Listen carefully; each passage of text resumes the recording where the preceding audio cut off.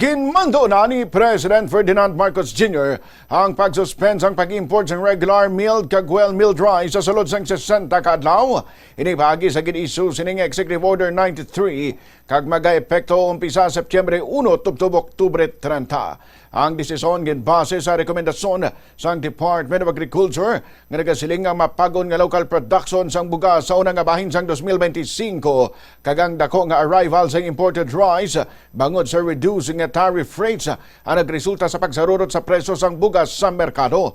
Ginpatuman ang suspensyon sa daw nga sang peak harvest season agud mapa-improve ang presyo sang humay kag mabuligan ang mga mangunguma nga mabaligya ang ilaani sa hustong nga presyo. Samtang ang specialty rice varieties nga hindi common nga gina-produce sa mga local farmers ang hindi sakop sang suspension.